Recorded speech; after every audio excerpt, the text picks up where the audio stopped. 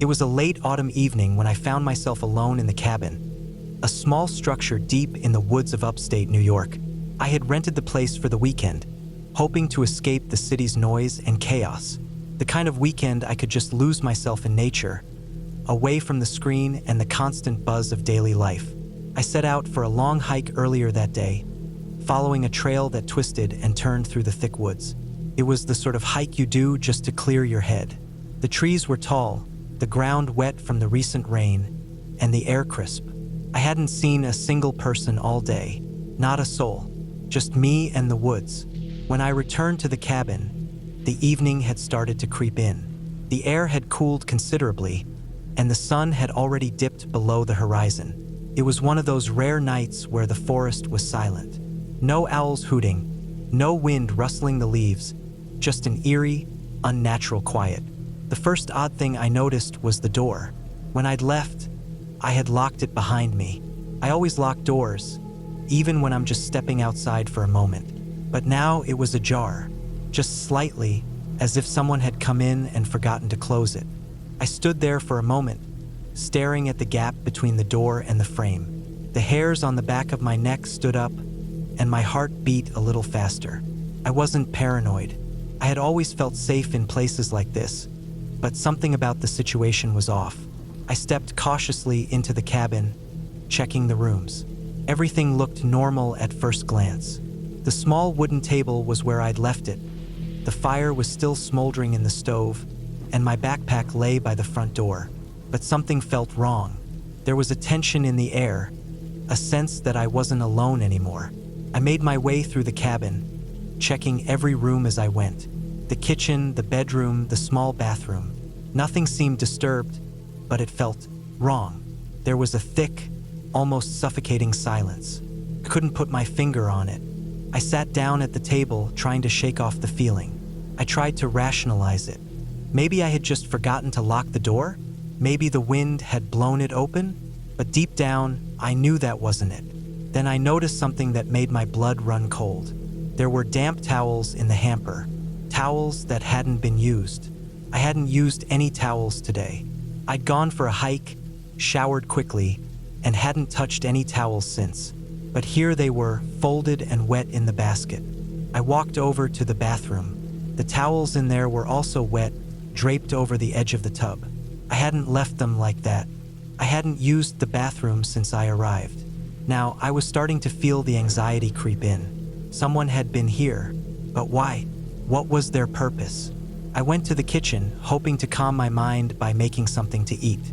But as I opened the fridge, I found something even stranger. The fridge door was open, slightly, and inside, the leftover food I had stored was gone. Nothing had been touched when I left, but now there were remnants of food on the shelves.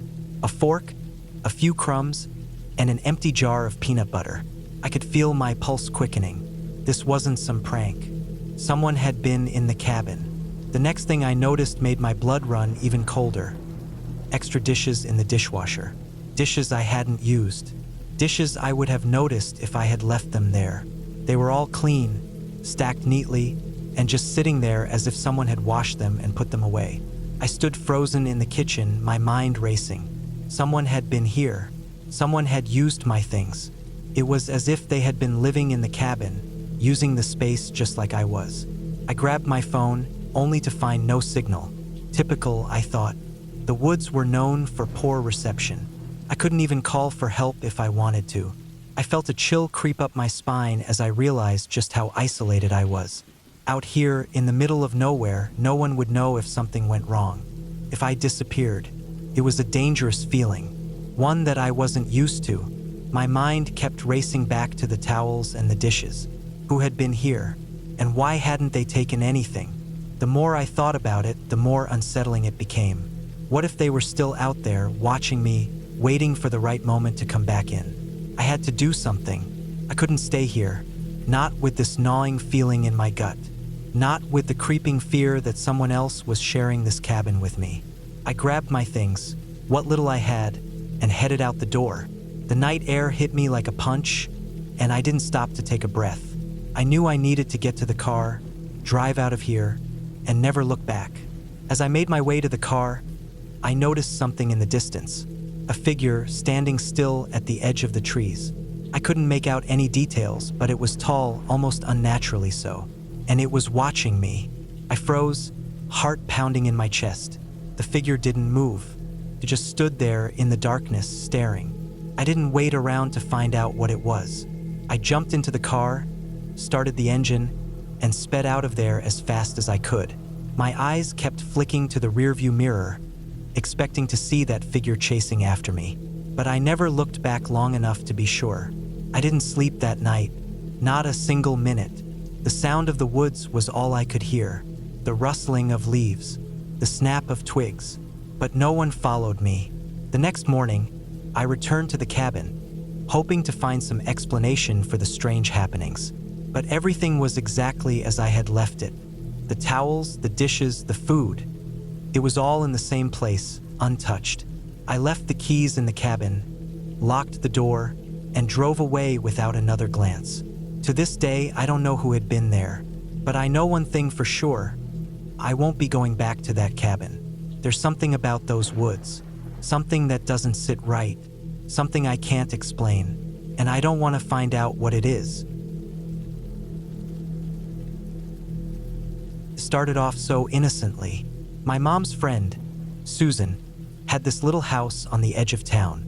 It was small but cozy, tucked into a quiet neighborhood with only a handful of neighbors, and she liked it that way. It was the perfect place for someone like her. Peaceful, private, and just far enough away from everything to feel like she had some space to breathe. But it was that space, that privacy, that would soon make her feel like she was losing her mind. I remember the first time she mentioned it to me.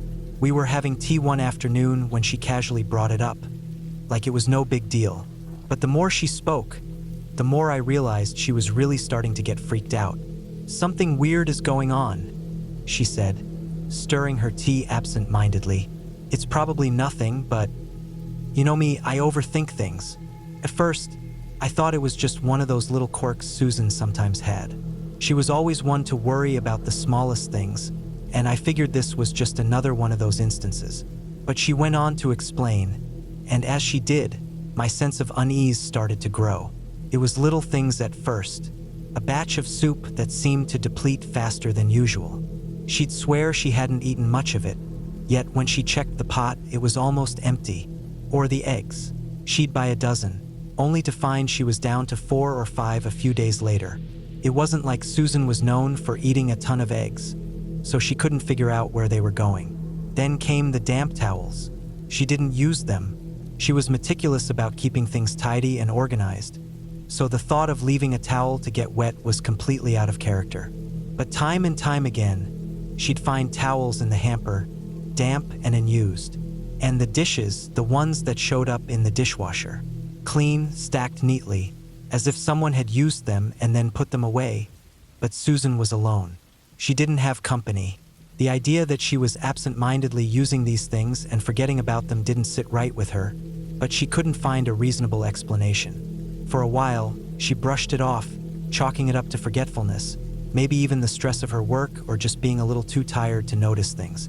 But as the weird occurrences became more frequent, her doubts started creeping in. What if she wasn't imagining things? What if something else was happening in the house? Then one day she heard it. The thumping. It wasn't loud at first. It started off faint, just a light noise, like something shifting above her in the attic. But as the days went on, it got harder to ignore.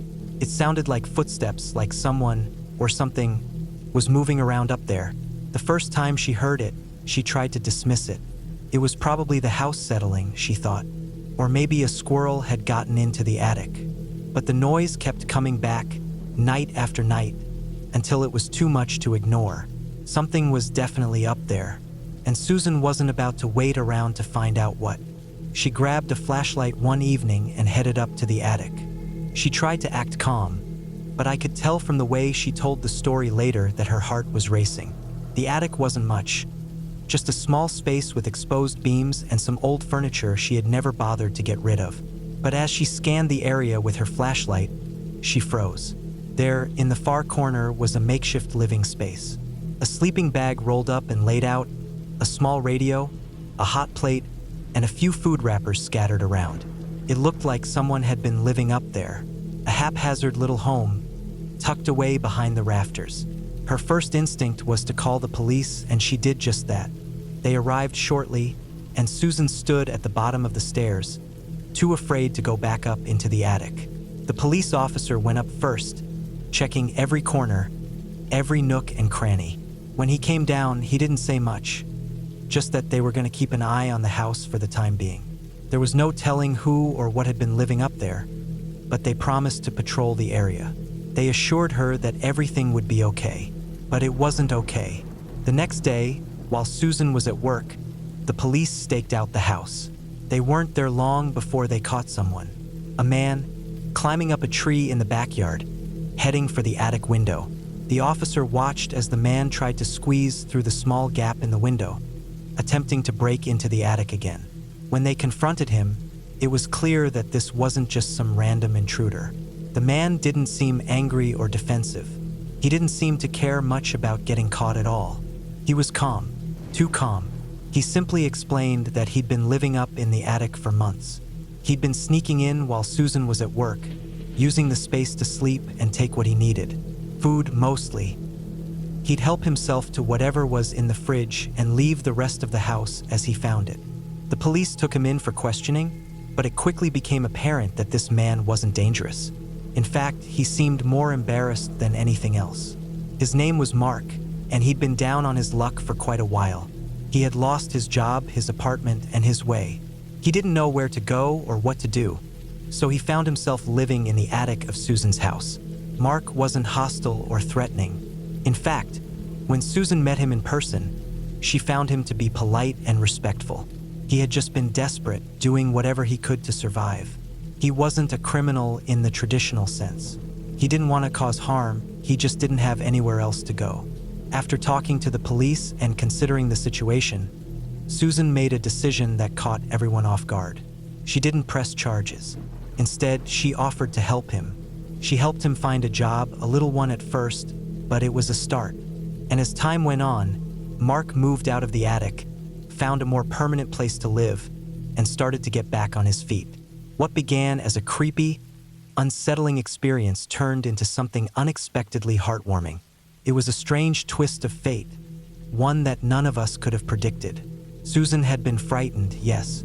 She had been violated in a way, but she also saw a man in need, and instead of turning him away, she chose to give him a second chance. Mark never stole again.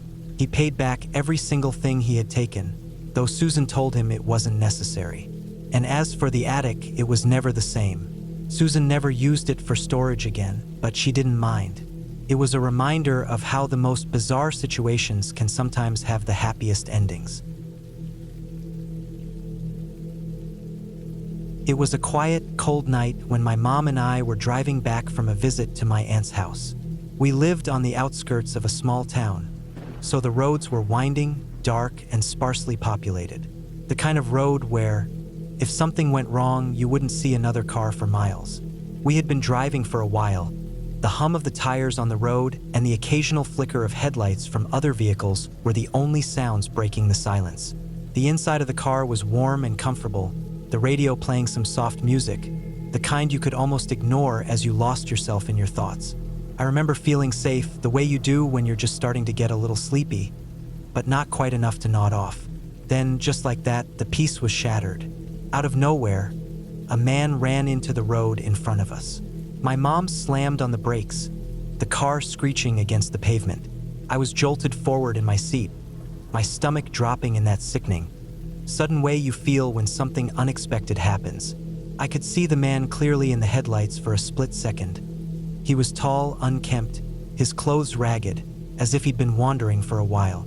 For a moment, I thought my mom had lost control of the car. She was swerving, her hands gripping the steering wheel, trying to avoid hitting the man. But she managed to stop just in time, barely a few inches from him. He was standing there, right in front of the car, staring at us. My mom, always cautious, immediately locked the doors. I could hear the click of the locks echoing in the quiet night. I was still trying to make sense of what had just happened when I noticed movement around the car. More figures appeared, stepping out of the darkness of the trees along the side of the road. At first, I thought it was just my mind playing tricks on me, a result of the shock. But no, it wasn't. 3 more men emerged from the shadows, their movements quick and purposeful. They were all around the car now, and before I could react, one of them tried the passenger side door. I could hear the faint sound of the handle rattling as he pulled on it, testing it, trying to get in. The other 2 men were at the front and back of the car, trying their own door handles. My heart was racing, my breath caught in my throat. I could barely comprehend what was happening. They were trying to get into the car. I remember my mom's voice, sharp and clear, telling me to stay down, to not make a sound. She wasn't panicked, though. She had this cold, calm determination in her eyes as she stared straight ahead, her hand gripping the gear shift. She wasn't going to let these men get in the car. Thank God she had locked the doors when she did. The men outside didn't seem to care that the doors were locked. They were pulling harder now, their weight pressing against the car as they tried to force their way inside. One of them slammed his palm against the window, the force enough to make me jump. The sound of his fist hitting the glass was terrifying, loud and sudden in the otherwise silent night. Mom didn't hesitate. She slammed the car into drive, her foot hitting the gas pedal hard. The tires spun briefly, and then the car shot forward, surging down the road.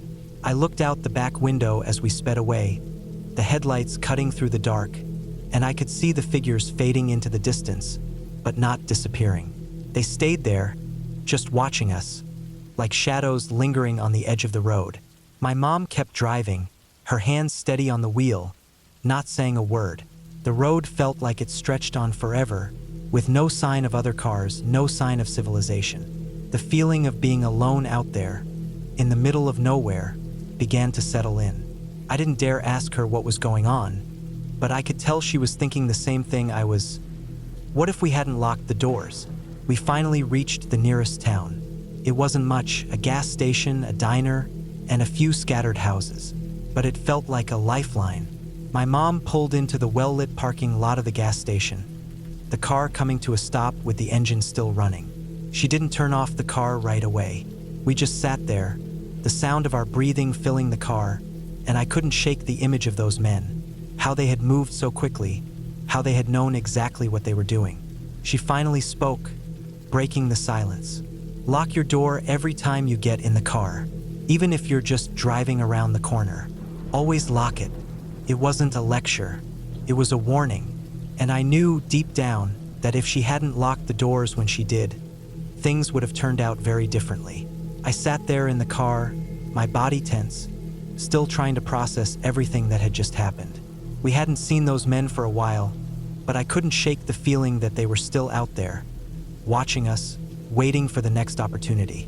I never did figure out who those men were or what they wanted. But one thing was for sure, they weren't just random strangers. They had planned that. They knew exactly what they were doing. It's funny how, after something like that, you start to look at the world differently. Every little thing seems off, like someone could be lurking just outside your field of vision, waiting for the perfect moment to strike. You start to notice the things you might have overlooked before, the way people glance at you when they think you're not paying attention, the silence that lingers just a little too long, the feeling that you're being watched. We never spoke much about it after that night, but I could tell that it had affected my mom, too. She drove with the doors locked from then on every time, even in the daylight. I still lock my car doors every time I get in. And when I hear footsteps outside the car or see a figure in the shadows, I don't take any chances. You never know who might be out there, or what they might want. It was the kind of car that made heads turn. My friend's boss had always been the type of guy who liked to show off a little, always picking up the latest model of whatever car was popular at the time. But this Audi A4 convertible? That was a different level. It was sleek, it was fast, and it had that pop-up roll hoop feature, the kind of thing people didn't know they needed until they saw it. The hoops would stay hidden, invisible to the eye until the car was about to flip. Then, they'd pop out of the back seats like something out of a spy movie, protecting the driver and passenger from a rollover. It was a big selling point. It was cutting-edge technology that made people feel safe, even in a convertible. I remember him showing it off a few months before the accident. We were all impressed, laughing about how cool the car looked when the roll hoops popped up. Little did we know that those roll hoops were about to prove their worth in the worst way possible. I wasn't there the night it happened, but I heard about it the next day, and every time I think about it, I can't shake the image in my mind. My friend's boss had taken the Audi out for a late-night drive.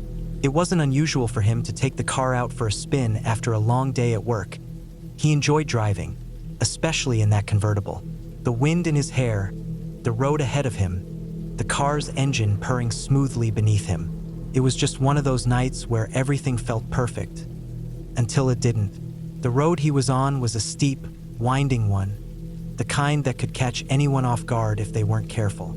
He was driving a little too fast for the conditions, maybe a little too comfortable in his new car.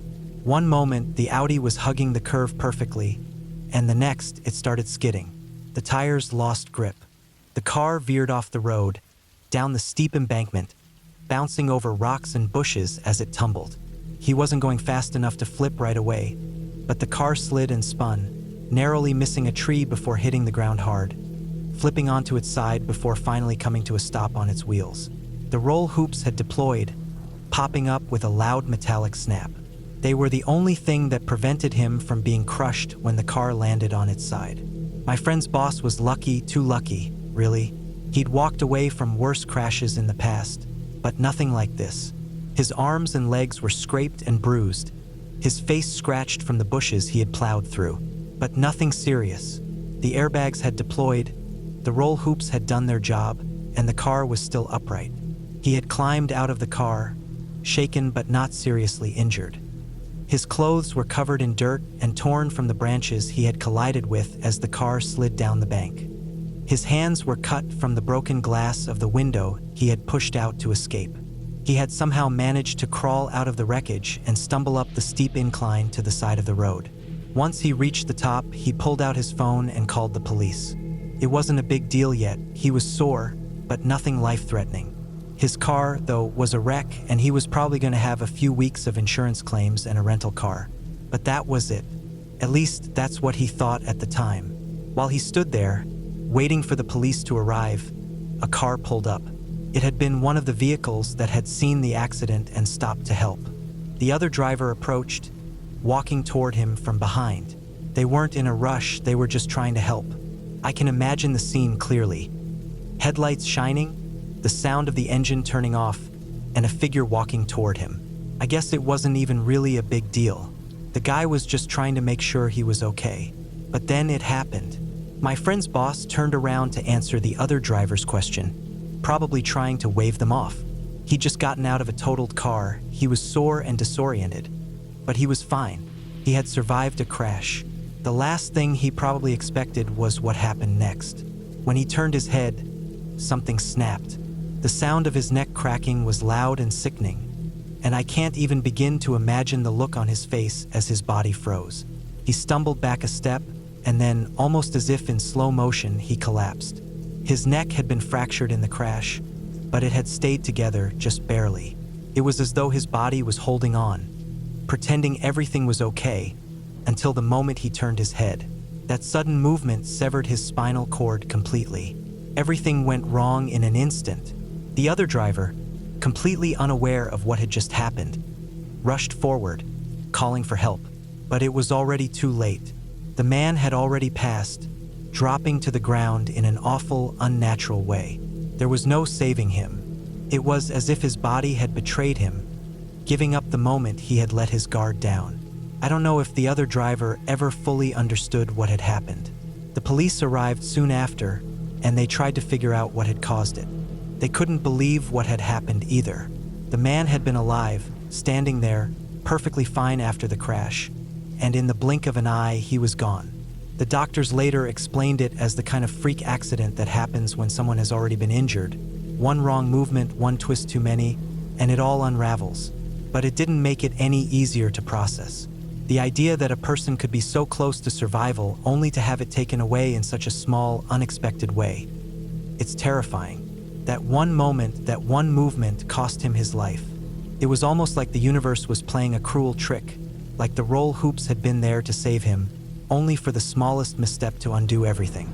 I can't forget the look on his face when he turned his head. It wasn't just the horror of the moment. It was the realization of how fragile life can be. You think you're fine. You think you're going to make it. But life can change in the blink of an eye, in a movement you can't even control. It's been a long time since that night, but I still think about it. It's hard not to. It wasn't the crash that got him. It was the smallest thing, and that's what sticks with me, the idea that everything can be fine one minute and completely wrong the next. I guess the lesson here is that life doesn't owe you anything. You can survive the worst and still lose it all, and that's a thought I can't shake. I lock my doors, I wear my seatbelt, I take all the precautions I can. But sometimes you just don't know when the next turn is going to be the one that changes everything. It was supposed to be just another weekend trip. Nothing extraordinary, nothing out of the ordinary. My friend Ben and I had planned it for weeks. A simple hiking trip to a remote trail about 2 hours north of the city. The weather was perfect that Saturday morning. Clear skies, crisp air, and the promise of an adventure in the wilderness.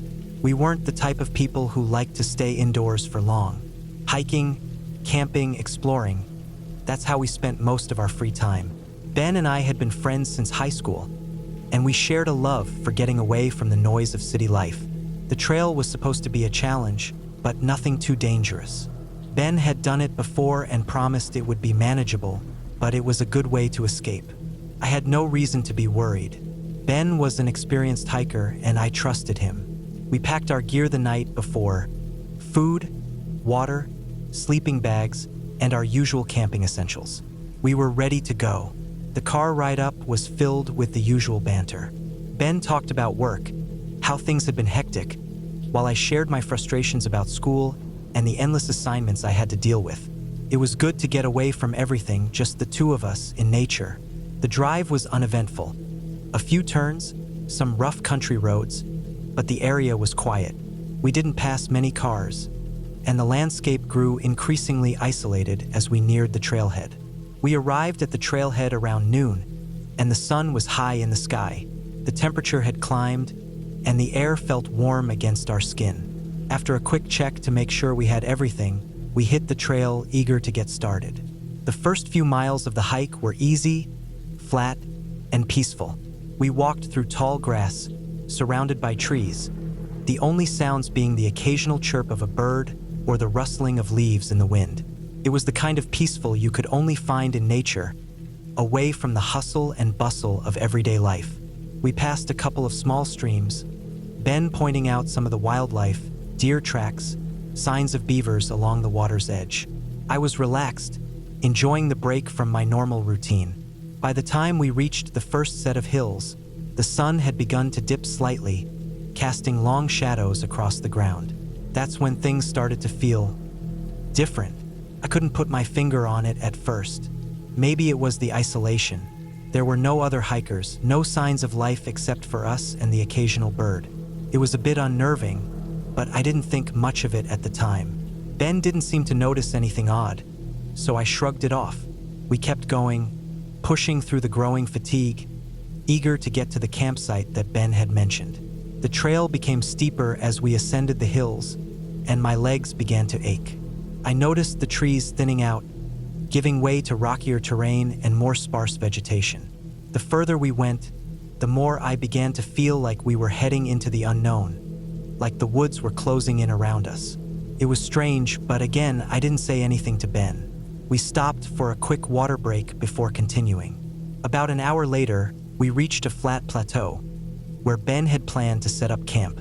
It was a beautiful spot, overlooking a valley with the sun beginning to set on the horizon. We quickly set up our tent and started gathering wood for a fire. The whole area felt oddly still, like the air had thickened around us. The forest around us seemed too quiet, but again, I didn't mention it to Ben. We were so far out that I just chalked it up to being in the middle of nowhere. As nightfall approached, the temperature dropped, and we huddled around the fire. It crackled loudly in the otherwise quiet night, and we passed around a flask of whiskey to keep warm. The fire cast long shadows, and the world around us seemed to grow darker with every passing minute.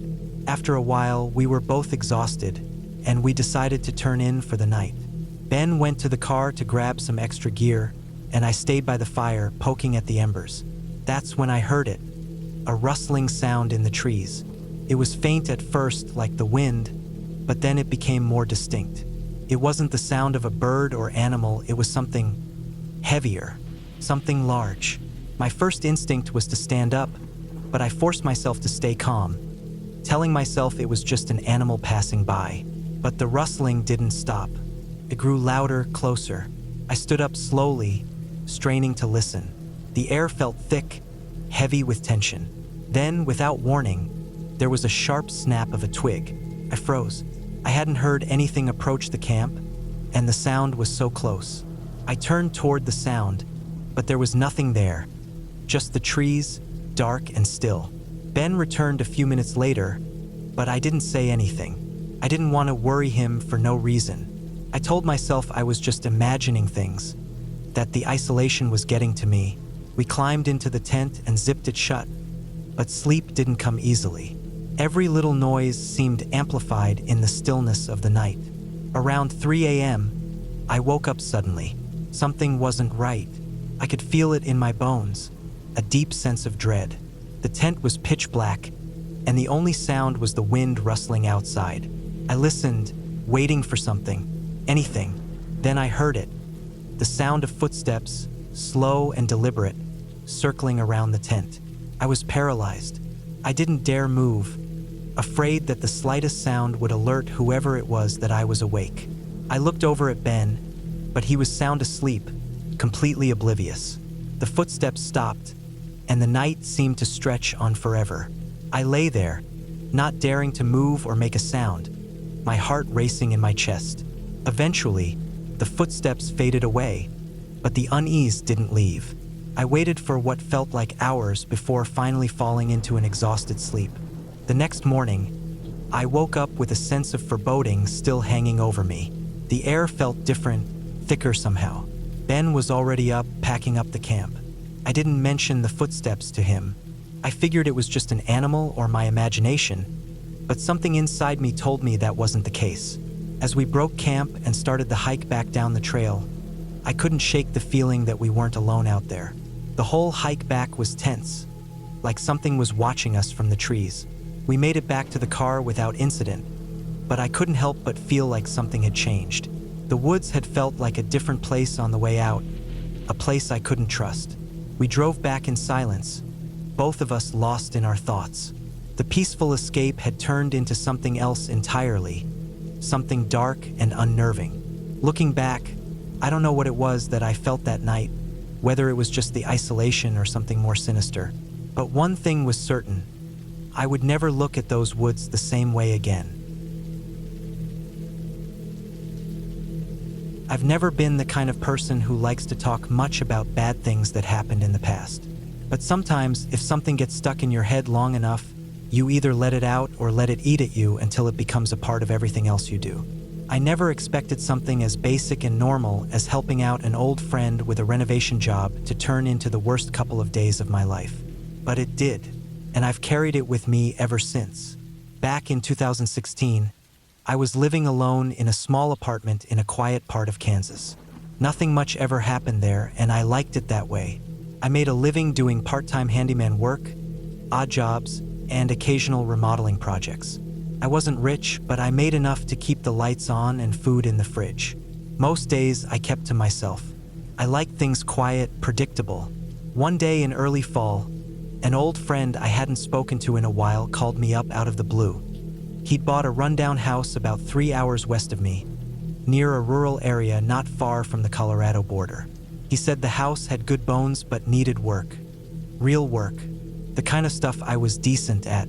He asked if I could come stay a few days, help him out with gutting the basement and maybe tearing up the floorboards in the living room. He'd pay me and cover gas. I figured, why not? I didn't have much going on. A few days of work, a chance to get out of town, some cash. It seemed like a decent deal. So, I loaded up my truck with a few tools, packed a duffel bag, and headed west early the next morning. The drive out there was long and mostly empty. The farther I got from town, the fewer buildings I saw. It was just open fields, scattered trees, and the occasional fence line or utility pole. The land was flat and dry, stretching out in every direction. I passed maybe 2 or 3 other cars the whole time. It wasn't until I got within 15 minutes of the place that the paved road turned into a narrow gravel one. That road went on for a while, curving a bit through patches of trees and over a couple dry creek beds before finally opening up to a clearing where the house sat. The house was nothing special to look at. A plain, 2-story farmhouse with peeling white paint and a front porch that sagged a bit on one side. The windows were old and cloudy, and the yard looked like it hadn't been mowed in years. There was a rusty swing set leaning on its side near a collapsed shed, and a half-buried pickup truck frame off in the weeds. But the structure looked solid enough, and there weren't any signs of fire or foundation issues. My friend greeted me when I pulled up, handed me a beer, and showed me around. The inside smelled like old wood and dust. The upstairs had a couple bedrooms and a bathroom with cracked tiles. The kitchen was gutted, and most of the furniture had already been moved out. He'd been staying there with an air mattress, a propane stove, and a cooler of food and drinks. He said the main thing he wanted help with was the basement. We went down to take a look. The basement was big, bigger than I expected for a place like that. It had a low ceiling and uneven concrete floors, with walls made from old stone blocks and brick. It smelled damp, like wet dirt and rust, and it was cold even though it was warm outside. There was only one small window near the ceiling, barely letting in any light. The main overhead bulb flickered a bit when we turned it on. The weird thing was the hole. Right in the middle of the basement floor, there was a square cutout section about 6 feet by 6 feet, dug into the concrete.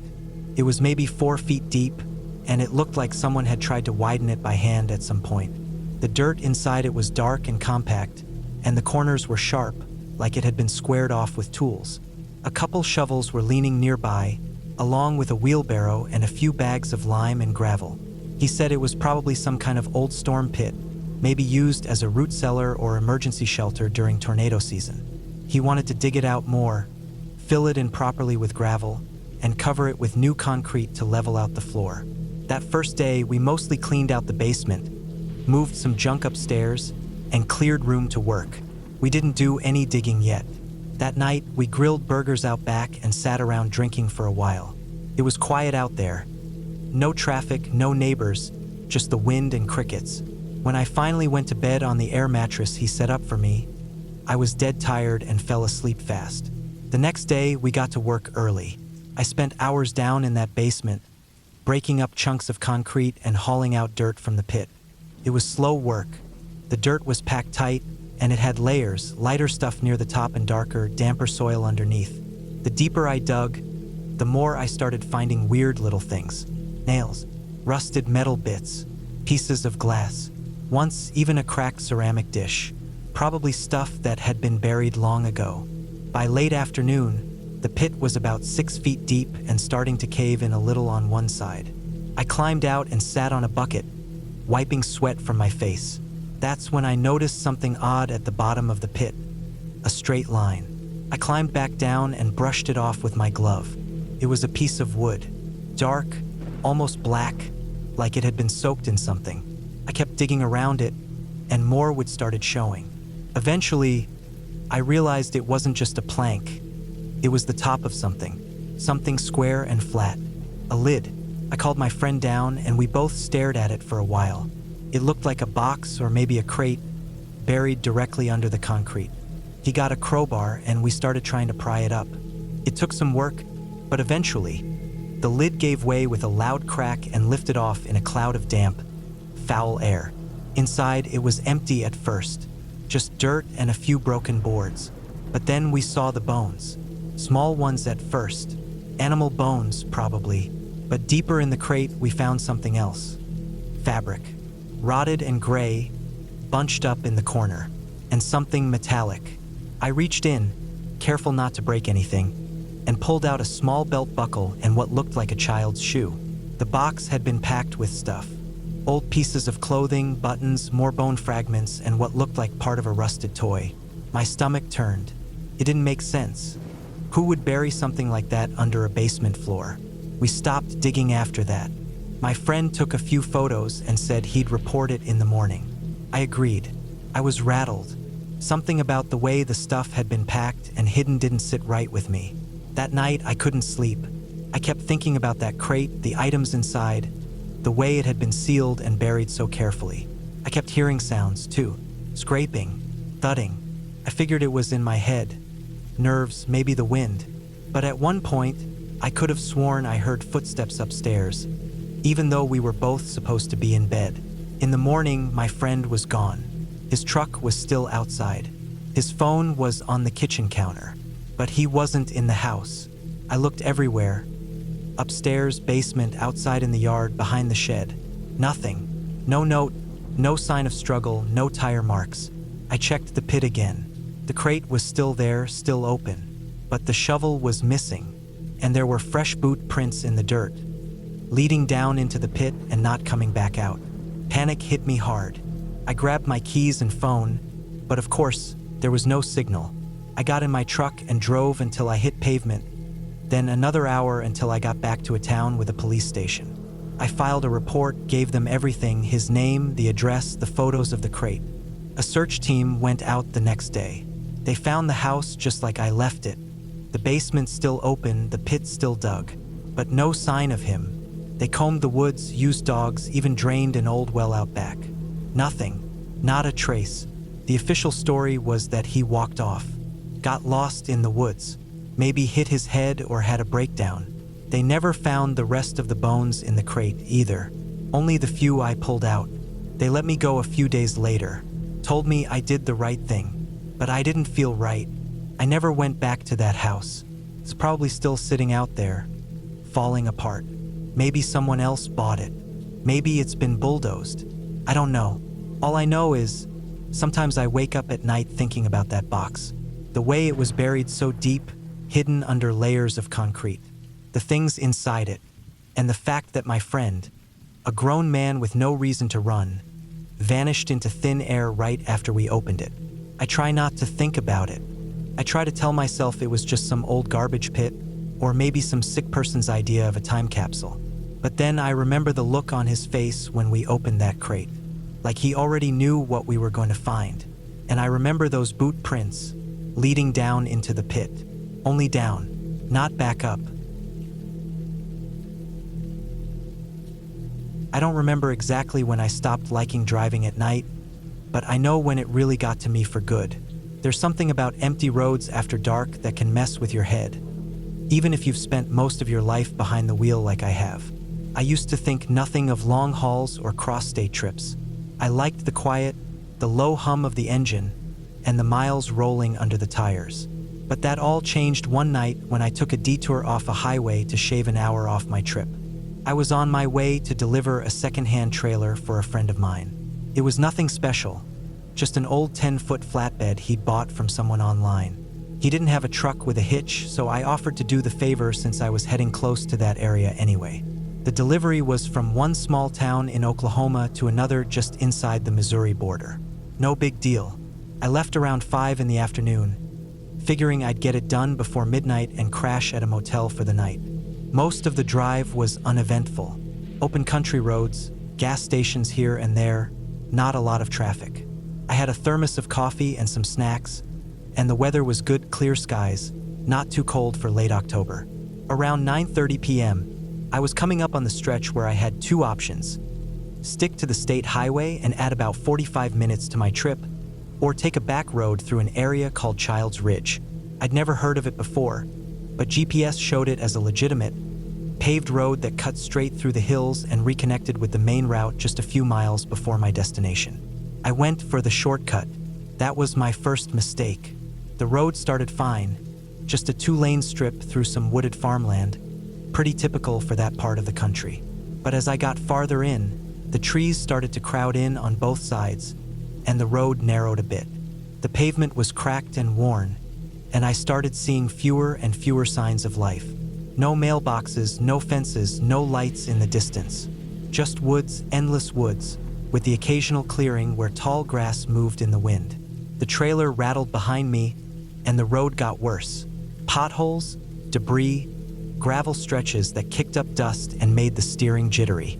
I kept thinking it would even out, that I'd hit a better patch soon. But it didn't. The turns got tighter, the grades steeper. No cell signal, of course.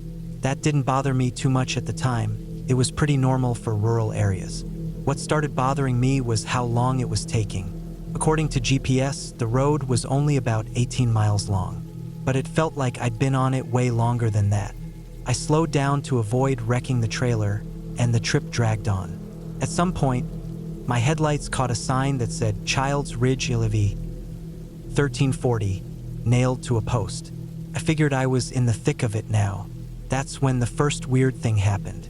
I came around a bend, and there was an old truck parked sideways across part of the road. Looked like a 70s Chevy, beat to hell and covered in dirt. There was no one inside, no lights on, just sitting there with its driver's side door half open. I stopped a good 30 feet back and waited. Nothing moved. I honked once, reflex I guess, but still nothing. I didn't want to get out. Something about it didn't feel right. I thought maybe it had broken down and someone had gone to get help, but why block the whole lane? I decided to edge around it. The shoulder wasn't great, and I could feel the back wheels slide a little as I nudged past, but I made it. In the rearview mirror, the truck just sat there, dark and still, like it had been there a long time. I pressed on. The next few miles were more of the same. Tight curves, trees leaning close, wind howling through the branches. I started feeling like I wasn't alone, even though I hadn't seen another car in over an hour. It was just this tension building in my gut, like eyes were on me from the woods. I brushed it off. Long drives can mess with your head. Shadows play tricks. I kept telling myself I'd be off the road soon. Then I saw another vehicle. This one was different.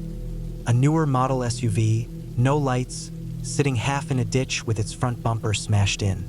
The windshield was cracked like something had hit it hard. I slowed down again, scanning the area. No sign of movement, no people. I didn't stop this time. I just kept rolling. It was around then that I started hearing things. Faint at first, just soft clicks, maybe branches tapping the trailer or gravel bouncing up into the undercarriage. But they got louder, more distinct. I heard what sounded like footsteps, slow, dragging ones, pacing behind me. I kept checking my mirrors, but the road was dark. Headlights only showed the patch right behind the trailer. Nothing there. Then the trailer shifted hard, like something had pulled on it. I slammed the brakes and jumped out with my flashlight. Walked around the truck. Nothing. I checked the hitch, the tires, everything. No damage. The trailer hadn't come loose, but I could swear it had moved, like something yanked it sideways, even if just a few inches. I got back in and locked the doors. From that point on, every turn felt wrong. My GPS screen froze and then reset. The map didn't update, just showed me in the middle of nowhere. The road started looking the same over and over. Same tight S-curves, same leaning trees, same deep ditches. I started recognizing things I shouldn't have. A rusted guardrail, a roadkill deer, a tree with a white mark on it. I passed that tree at least 3 times. I thought I was losing it. I started talking to myself, saying street names out loud, mile markers, trying to anchor my brain. But it didn't help. I wasn't getting anywhere. Then I came up on a wide stretch, more open, like a ridge crest. I could see the sky again, stars flickering, wind moving hard. I pulled over, killed the engine. I just needed to breathe. That's when I noticed the trailer. The back gate was open. I know I'd latched it. I double-checked it before I left. But now it was wide open, swaying slightly in the breeze. The straps were loose. I got out again, heart pounding. Walked around with the flashlight. Empty. The trailer was completely empty, but it had been loaded, tightly strapped down, even with a spare tire and tool bin. Now all that was gone. Not just missing, gone without a trace. Not even scuff marks or dragging lines. I felt cold all over. Not scared like a child gets scared, but that deep, survival kind of fear where your body knows something's wrong even before your brain accepts it. I shut the gate and bolted it, then drove like hell. I kept the gas pedal down, headlights bouncing, tires slipping on gravel patches. My ears were ringing from the wind and the engine. Still no signal. Still no lights or houses. And then I saw a shape in the road. A person, standing in the middle of the lane. I swerved hard and almost ran off the road. Came to a full stop. Turned around. No one there. I was shaking now, sweating despite the cold. I kept driving. Eventually, after what felt like an hour, the trees started to thin. The road leveled out. I came over a rise and saw headlights, real headlights, coming toward me. A car passed going the other way, normal and calm. I almost cried. 5 minutes later, I was back on the main highway. I drove straight to a gas station, parked under the lights, and just sat there for 10 minutes before I could even get out. I called my friend, told him I wouldn't be delivering the trailer after all. Told him I'd explain later. He didn't press. I booked a motel that night and stayed until noon the next day. The weird thing was, when I went out to check the trailer in the daylight, everything was there. Straps tight, items secured, back gate closed. Just like I'd left it at the start. But I remember what I saw. I remember how it felt. I took the long way home, 3 hours out of the way, but I didn't care. I looked up Child's Ridge when I got back. Couldn't find much. A few mentions of the area, old census data. Some old news clippings from the 70s about a missing family. Nothing current. The road isn't even listed on most maps now. It's like it just stopped existing. I don't talk about it much. Most people wouldn't believe me. I barely believe it myself. But I don't take shortcuts anymore. Not ever. Not after that night. I had just moved to a small rural town in Kansas. The kind of place where people still wave when they pass you on the road and neighbors will show up at your front door with pies. I'd been living in big cities my whole life, but I was tired of the pace, the crowds, the noise. I wanted quiet, space, and time to just be by myself. So when I found a small house on a couple of acres at a price I couldn't believe, I took it. I didn't even look too hard into the history of the property or the area. It was an old place, early 1960s construction, nothing fancy. A single-story house with an attached garage and a detached storm shelter about 40 feet behind the house. That was normal for this part of the country. Tornadoes were a real threat out there. The shelter was made of concrete, with a flat roof that barely rose above ground level. It looked like a small bunker, half sunken into the earth. The door was thick steel with a handle that looked like it belonged on a submarine. It had a small ventilation pipe sticking out of the roof. There were no windows, no markings, just a door and the low hum of wind constantly moving around it. I didn't think much of it at first.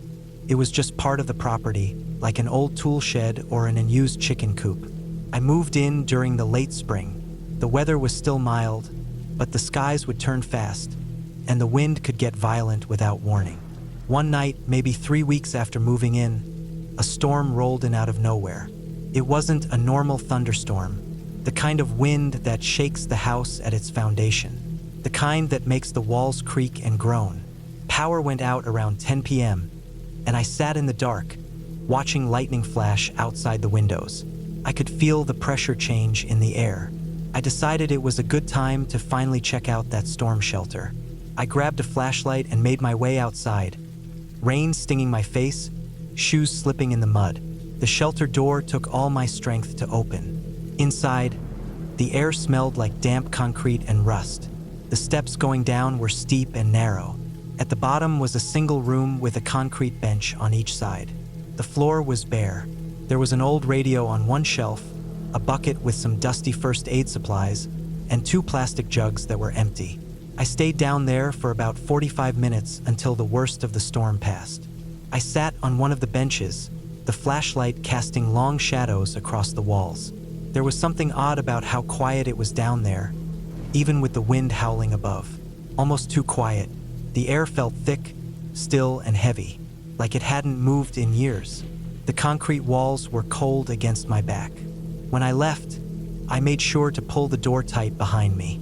It took effort to seal it, and the handle made a deep grinding noise when it locked into place. I didn't go back down for a while after that. There was no need. But after that storm, I started checking it more often, just in case. I'd bring down bottled water, a flashlight, some canned food. I figured if a tornado ever hit for real, I might need to be down there for a while. It became a habit, part of my routine. Check the locks, the supplies, the radio. But then I started noticing something strange. Each time I opened the door, things were a little off. Not much, just enough to make me question myself.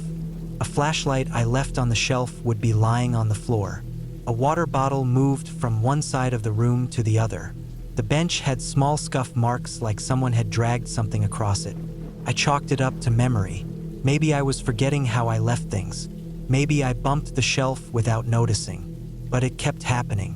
One morning I went out to mow the grass and saw that the shelter door was open. Not wide open, just a crack. Maybe 3 inches. I hadn't been down there in a few days. I never left it open, not even in summer. The bugs and snakes would get in. I walked over, pulled it open all the way, and stood at the top of the stairs. The air coming up was even thicker than before, like wet cardboard and old metal. I took a step down.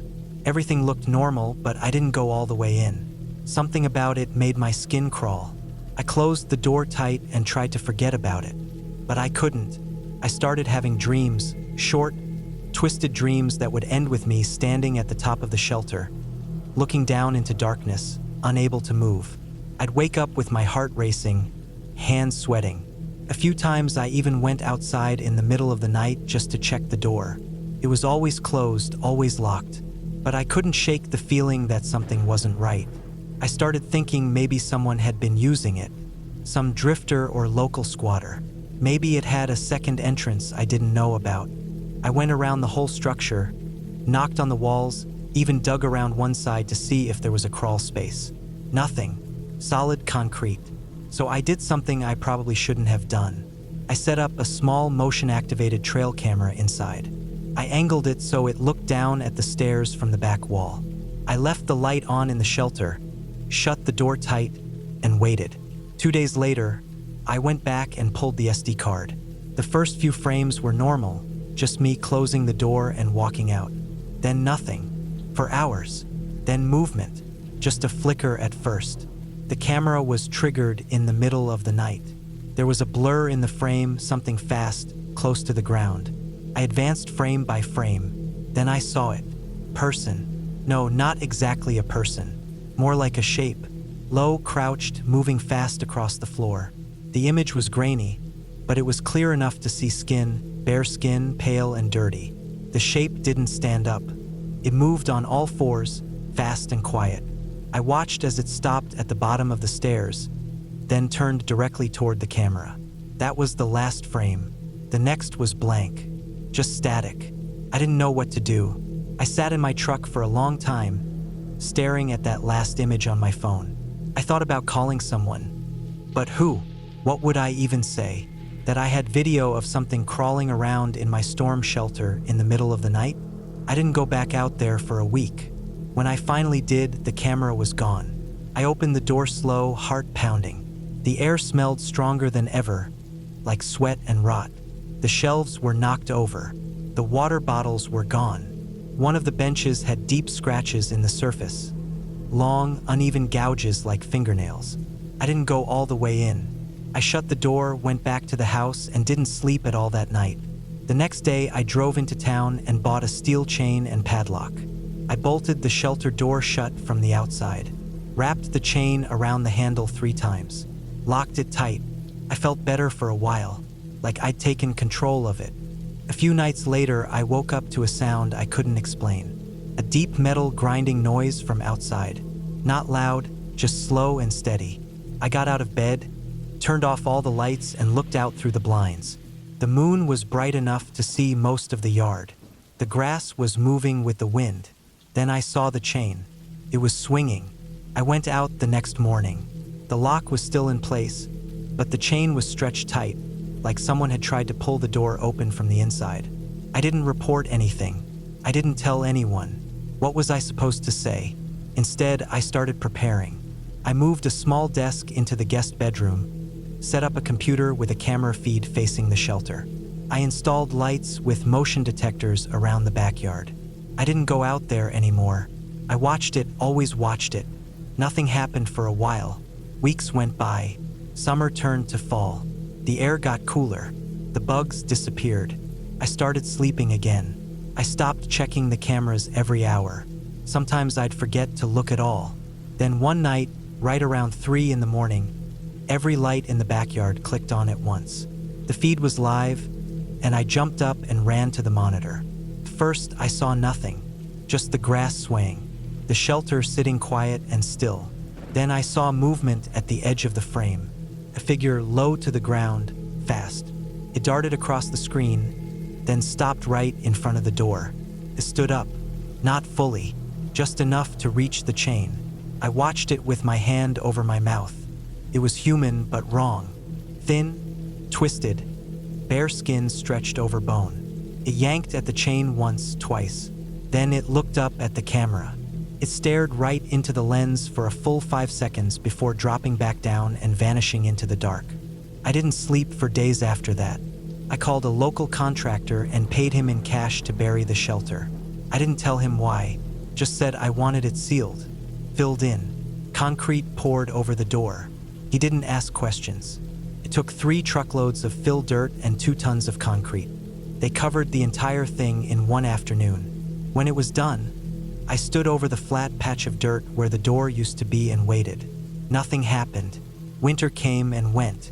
I stayed in the house, kept to myself. The land was quiet. The ground stayed still. Sometimes I'd catch myself looking out the window, staring at that spot, just to make sure it hadn't moved. I still live here.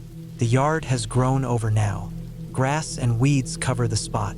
Most days I don't think about it. But some nights, when the wind is